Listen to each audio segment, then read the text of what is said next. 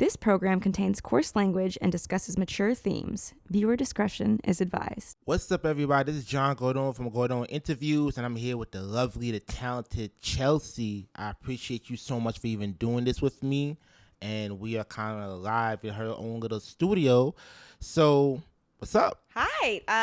So good to be here. Thank you so much for having me. I'm excited. And I'm excited to, honestly, for those who don't know our history, this is a long time coming. It is. We've been talking yes. back and forth on Twitter, I don't know.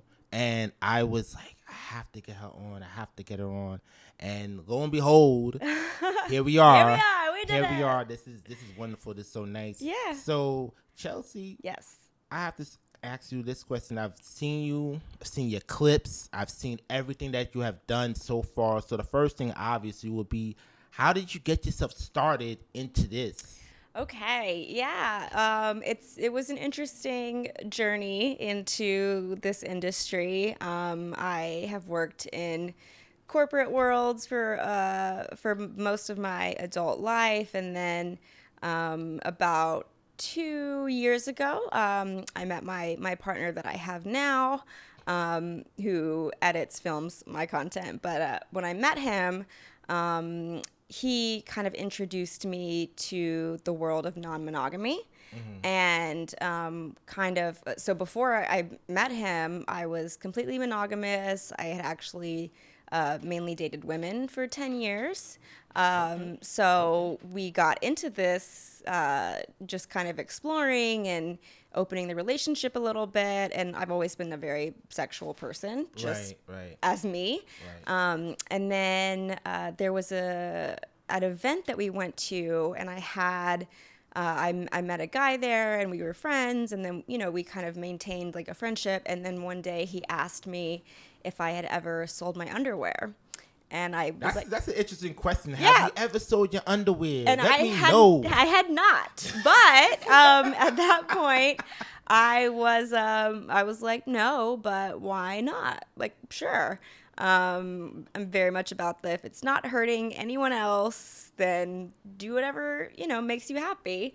So I sold him my underwear, and then he asked me if I had any sort of online. So wait a second, I gotta stop you right there. Okay. I gotta stop you right there. So what kind of underwear was it? Was it used? Was it warm? Yeah, or was it fresh out the box? Yeah, no, it was so people who will buy my clothing, I usually will wear it for a full day. Mm-hmm. Some, and I will say men, because I've only sold to men.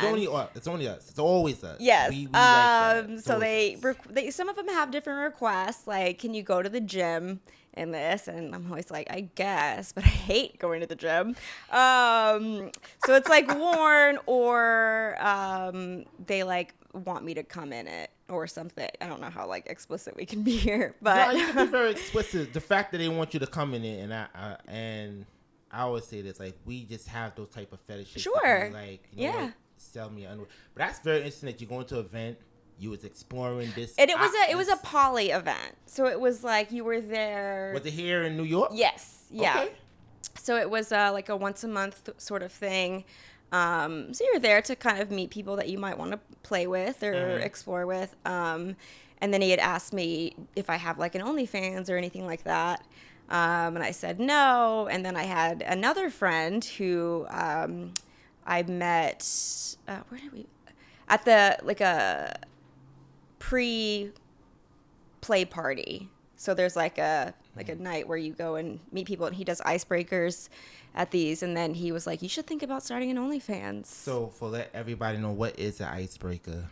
I know when people say icebreakers, to break the ice, let me start this conversation off with this topic. Right. Or was it pertain to that, or it was just an icebreaker? No, it was this other person hosted icebreakers. So you sign up for this party that takes place on a Friday or a Saturday, and then they host an event that Wednesday. And then there you can go and meet people who are going to be at the play event on Friday, Saturday. And so you're really just talking. And so in order to get people talking with each other, there was this person who was hosting icebreakers. So, and he and I are actually still good friends. But he was like, you should think about doing an OnlyFans. And so the two people, I was like, all right, maybe I'll do this. So that's just let you do the OnlyFans right. thing. That was kind of when it started. And it's just OnlyFans for now. OnlyFans. I mean, I have other clip sites. I've done 2 professional scenes. But my goal isn't really to become like a famous porn star through this. I was going to get to that, but since you already started leading, I was about to say what that was going to be like, literally like the end, to be like what is going to be the goal, the end game. But you already started off from there, so yeah, okay. What is the end game for Chelsea? I mean, the most obvious is make money. I went to law school and then I left law, so I have a lot of student loans. I would like to buy a house one day in the future. And then also being in this industry, my ongoing goal is to just destigmatize the industry, talk about sex in an open, like positive, safe way. Tell people it's okay to explore things that maybe they think is not okay. So it's evolving. Let's talk about that, because you said in your early days you was into women. Yes. In your early days you was monogamous. Yes. And now you're very expressive. You're poly. Am I polynor? Amory. Yeah, Thank you. Right. Thank you. I always get this word wrong. Amorous. Yes, that's it. So okay, thank you for correcting me. Yes, so you're that path now. I wouldn't even really say polyamorous, because and people have different definitions for these terms, but polyamorous to me says that you want to have relationships with different people. So I have my partner, so we kind of call ourselves monogamish. So what is monogam-ish and monogamous? Monogamous is you're just solely are dating one person or with one person, and you're only sleeping with one person. Monogamish, it's my partner and I are in a loving, committed relationship where we live together. But if you watch my content, you see that obviously I sleep with other people. Which is very beautiful content, by the way. Oh, thank you. Thank you so much. We work hard. I work hard on it. Yes.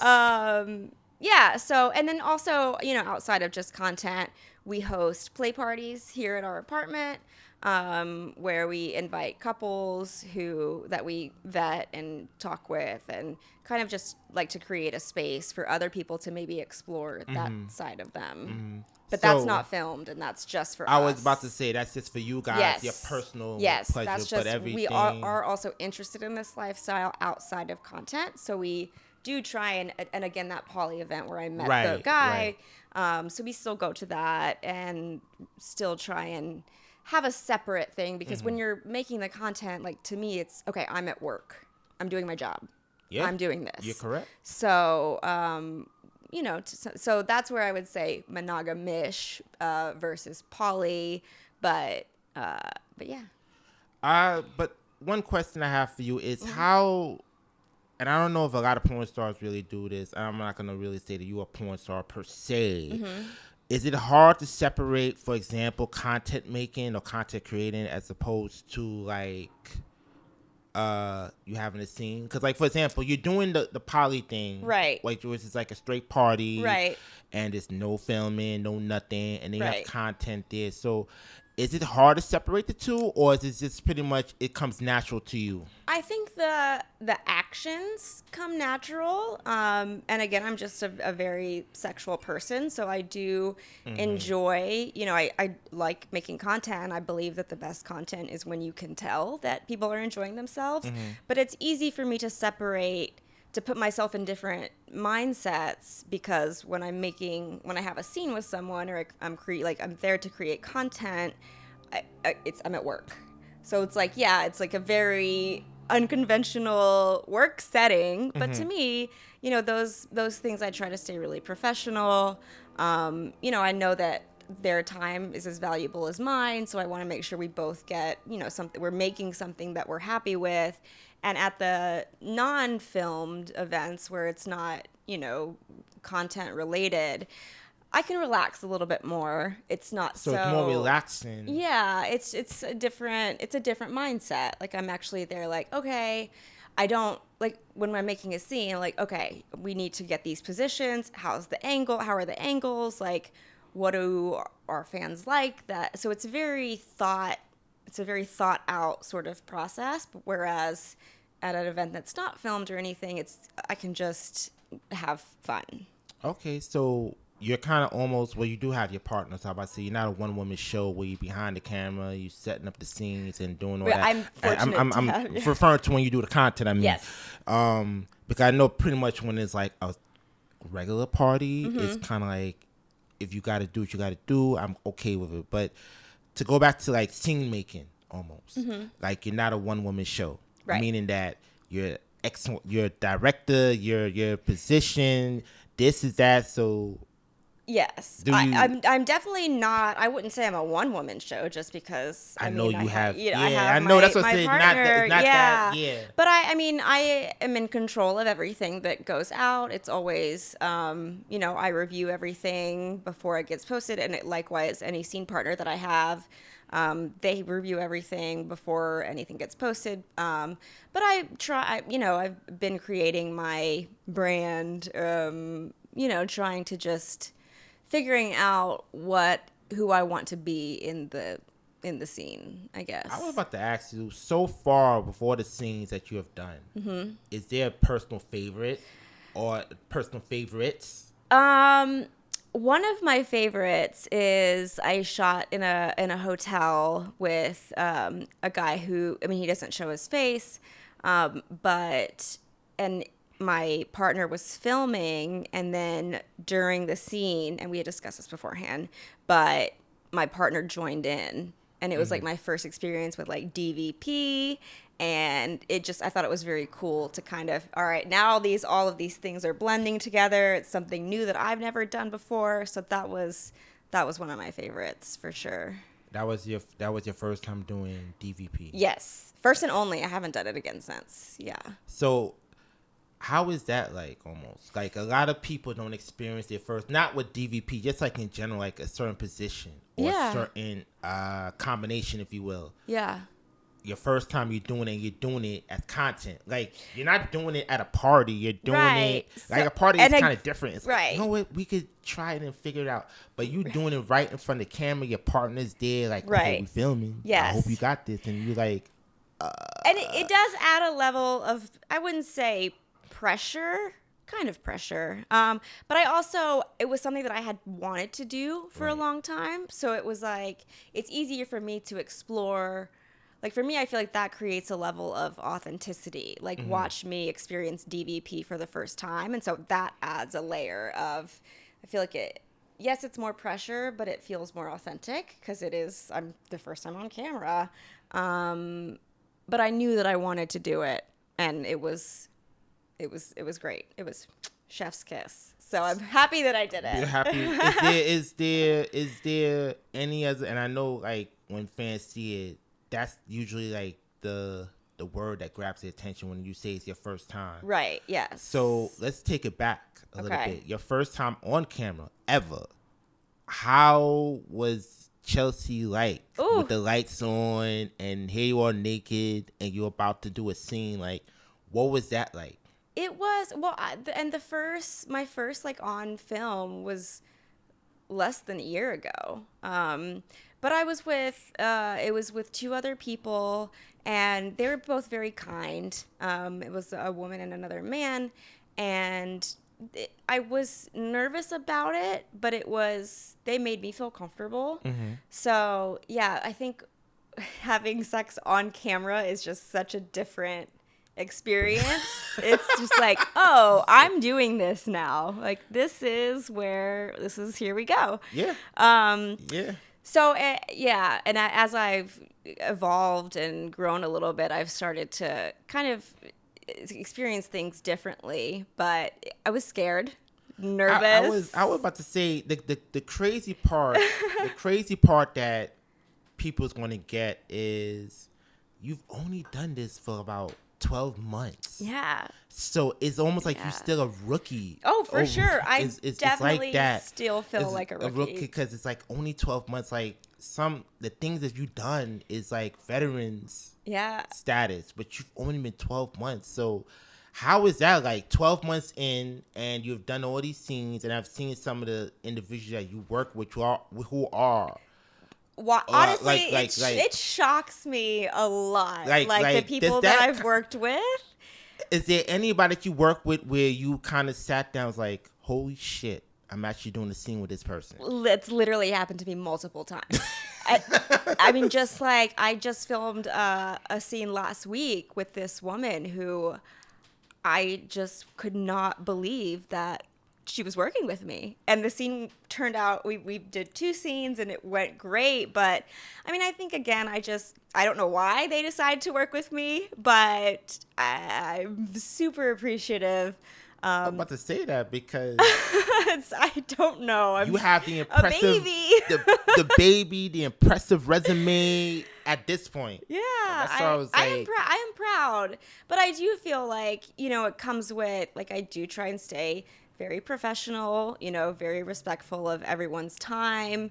Mm-hmm. If people think that it's a very daunting thing, very difficult industry to be in, but it's like if you're just respecting people's time, respecting people's bodies and boundaries, staying tested frequently. It's actually not, there are so many people that don't do that you do stick out by just following like a pretty basic protocol of, I don't know. So I just try to go about it in that way. I was now to go to like the ills and the downside of the industry. Like recently, there was an article about the owner of OnlyFans. Oh my! That racked up.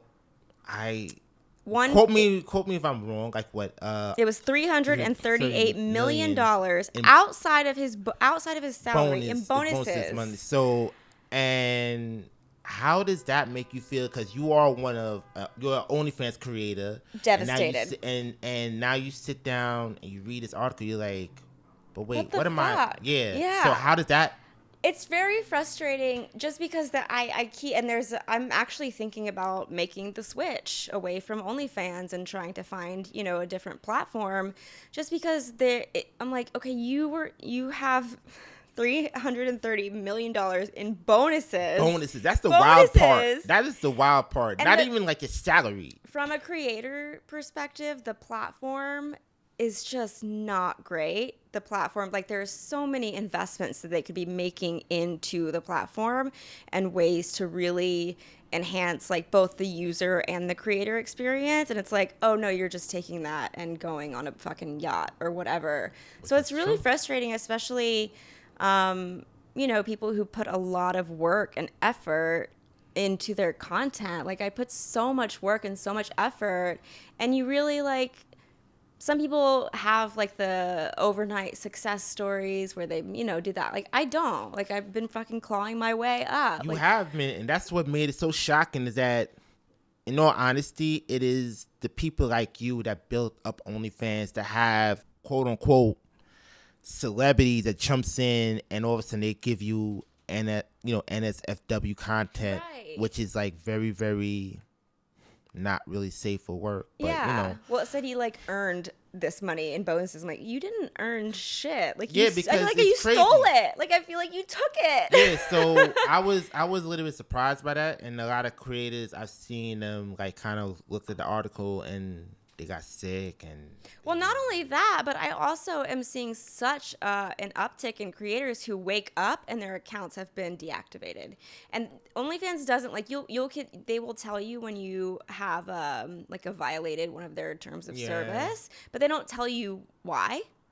And so I just keep seeing people getting deactivated, and then all of the money that you have saved gets refunded. So you didn't even get any of the money that you had. So I'm like, I try to fucking. That's wild. Cash so out I think I've told everybody realistically, OnlyFans was only gonna build you up until once they started getting bread. Yeah. The whole mood is gonna switch, and you're not gonna like them. Yeah. That's really what happened. Like they were made for sex workers, and now it's like they hate sex workers. I'm like, we fucking made you. Like you said it earlier. You have investors now. Yeah. You literally have OnlyFans, for those who don't really have investors, not Right, because just investors don't want to invest in sex work. They exactly, and that's the problem, because Right. a lot of these sites that pretty much piggyback off of sex workers, don't. Right. once they start getting popular, once they started getting mainstream, all of a sudden now the mood switch. Yep. So guess what happens? All the sex workers that was putting their content, Right.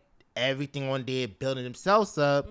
Oh man, you know who we got investing in us? Bill Gates. So I think we need So to we need step to away, kind of get the sex workers. But out how of do we do there. that? Well, and that's Yeah. unfortunately that's what's going to happen to OnlyFans. I think it's just the beginning. I do too. Yeah. So it's gonna trickle down the line, because they Yeah. with the big wig. Of course, of they were. course. Yeah, I mean, they've just made so much money, and it's just very frustrating. Like, and again with the stigma, like investors don't want to invest in sex work, and a lot of the population sees sex workers as the bottom of the barrel. Like, Yeah. oh, you're putting your body out there, this and that. It's like, I feel like people don't understand that successful sex workers, I mean, even non-successful ones, like you treat it as a business. Like you're curating yourself, you're looking at trends, you're figuring out what type of people that you're attracting, how to diversify your content. Also, on top of all of that, like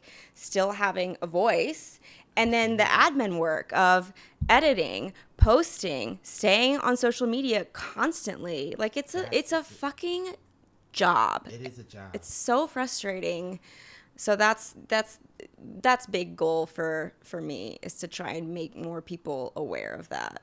Is another goal of yours is to kind of at some point remove your content from like a OnlyFans or many, and to create your own like website? I have a website in the works. It's, Okay, because I was about to say, because at this point in time, it doesn't really. Me personally, I feel like everybody should have their own yes, like website. yeah. Because I didn't have I haven't had the following, and so now my following is growing a little bit. So I think that now I'm definitely in a position where I'm wanting to make the switch. And I also do like art and stuff, so I kind of want to be able to incorporate the different things that I do. That I run like a business. Just because I'm naked doesn't mean it's not a fucking job.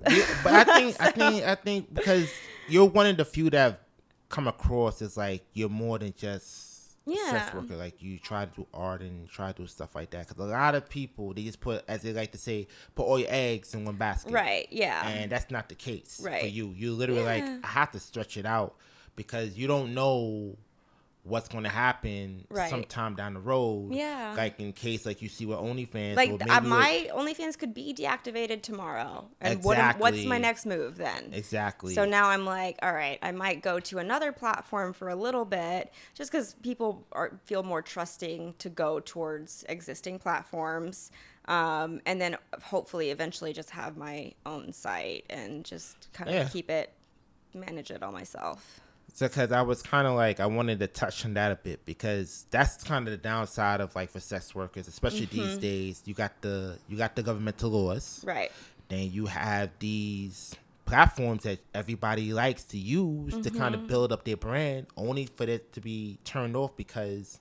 Well, but they're still making money from us. Everyone's taking money, taking. You're coming to our shit for free on Pornhub, or money's being taken 20%, 10%, however much. Like everyone's just taking from us, pleasuring themselves from us, and then shitting on us because they don't like what we do. It doesn't make sense to me. It's so frustrating. Do you think the sex workers need like a union or something? Yes, 100%. Like that. Like yes. What are your thoughts on that? Yeah, I mean, there's been a few times where I've thought about like, should I run for office and just like because I'm like, I was a lawyer and then I left law and then I did corporate, like I still do different work. And now I do sex work. I've also been a waitress. I'm like, can we get some fucking representation for people? I think this will be the case for you to kind of like, maybe you should run. Yeah, I just like I believe in all of this. I believe, and I see it. I've experienced it. I really dislike when people, well, I mean, like just recently, MasterCard started to not work with sites that I sold wanted explicit to work. touch I'm on that like, as well. That's the downside of the again, industry. just fucking MasterCard, stigma. Yeah, it's Visa. just, and they're just Matter of fact, perpetuating the if stigma. I'm mistaken, correct me if I'm wrong.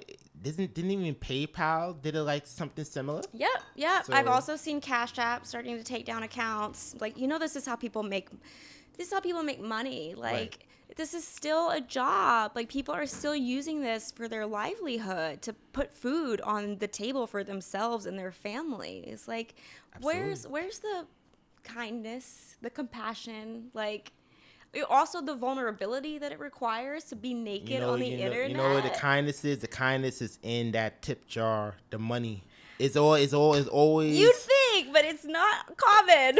It's always the money about that. It's always the money about that. Yeah. So that's why I was going to get on that because you always have the good side of the Yeah. industry, but of course you have the downside of the industry, which Yeah. is like you're getting shitted on, you're getting pissed on, you're Yeah. getting mistreated, and so forth. Entire part of the world looks at you bad. So. Yes, and especially here in the States where it's like almost like how you say it, like you're almost like a vagrant, almost like because you're a sex worker. Sure. Yeah. And the mistreatment. So that's why I was like, what is your thoughts on that? And I'm glad that you brought that out because in reality it definitely needed to be said. Because with things that's going on, especially with the government and everything else, it kind of makes sense to be like more sex workers need to come out publicly and talk. Right. Yeah. And It's hopefully you're the spark plug. I hope so. I mean, I love talking about it. Like, obviously, I know what gets me followers and clicks online, but I do very much want to be a voice or at least a pathway for other voices to come out. Because having had a multitude of experiences, like I've seen it from a lot of different angles, and I'm just like, these are people too. Yes. Like, we're all fucking humans, and these humans have decided to. The porn is like $1 billion industry. Don't More. sit there and tell me that it's not More than- a money-making more. industry. But then it's like the production companies making the money, and then all of the workers and the are still getting shit on and still getting their money taken. It's like, more. come on, it's so frustrating. It is. That's why I'm glad your opinion and hopefully this get across to Yeah. people that's gonna listen and start something going. I hope. And therefore maybe who knows? Yes. Maybe who knows? Yeah. But I gotta ask this: like, Okay. what's the next couple of scenes you have lined up? Because you almost like. I'm on a momentum you on right a momentum now. here, Yes. so I know you got some stuff lined up. Yeah, for the people. I have a few things that are coming out. I haven't teased them or released them yet, just because again I need approval from everyone before I post things. Yes. I will be at Exotica in New Jersey. I'm supposed to be there, but November, I don't yeah. know if I'm gonna be there. If not, I'm gonna actually just do the podcasting Okay. here in the city. Yeah. So those are and then I'm actually moving at the end of, right after Exotica. So on the East Coast now, going to the West to be around some trees. So I'm glad I got you. I'm glad. You see, it worked out for me It because I did, really yes. wanted to get you. Now I know Yeah. what you're moving. I was like, yeah. Okay, Yes. So let's get this going. Now it's more like planning for all of that, but Exotica's coming. I was at Exotica last year just paying to visit. That was me. So, That was me. I got in. Yeah. Got in for anybody who's from. I got in like sneaky. Mm-hmm. So I'll just leave it at And that. so now this year I'm actually at a booth with some other performers, some other creators. So I'm really, this is my first conference, so I'm excited and working on preparations for that. And it's a lot going on, but I feel hopeful. I feel like the world is crumbling, but I do feel hopeful about the future. If we get more people to be outspoken and feel okay with Do that at Exotica Talks. yes. Do that. Okay. Do that. Yeah, I will. I Do would. that for real. Yeah. Chelsea, it's been an honor. Yes. It's been a pleasure. Thank and you. I thank you so much. After months or weeks Yes. of doing this. No, Did we've been engaging for a long time. You've been gracious enough to bless me with your wisdom Of and course, your knowledge. of and course. No, I'm to show this that you're more than just an OnlyFans creator. We all are. So All of us are. All of the creators are more than just that. oh So, my gosh, that's why I thank you so much. yeah, Chelsea. and thank you for having me. I'm so appreciative for your time and for this. This was great. Yes, this was lovely. So for those who don't know, you can follow Chelsea on Twitter at CB, and it's not C. It's C, it's SEE_SEEBEE. Yeah, Chelsea B. And it's same thing on Instagram. Yeah. And I thank you, Chelsea, Yeah, so much thank for doing you. this. So this is John Gordone signing off. Gordone Interviews.